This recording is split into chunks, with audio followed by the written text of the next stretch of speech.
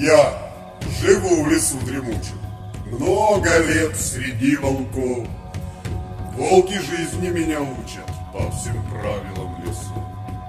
Не боюсь их лап могучих и оскаленных зубов. Мне теперь с волками лучше, чем в уюте городов. Как в лесу я оказался, мне не вспомнить, не понять. Волки проявили жалость и меня решили взять.